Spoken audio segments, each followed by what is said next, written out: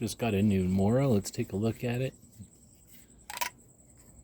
It's got the standard Mora scabbard, all one piece.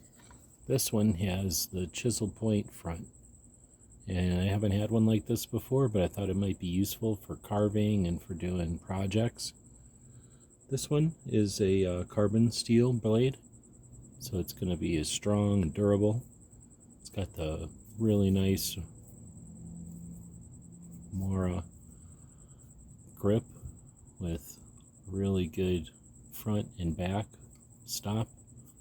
It's over molded, so this is plastic and this is a rubber. Really strong, really useful, clever knife from Mora. Big fan of these knives. Excited to get this green one with the blunt tip. Hope this helps.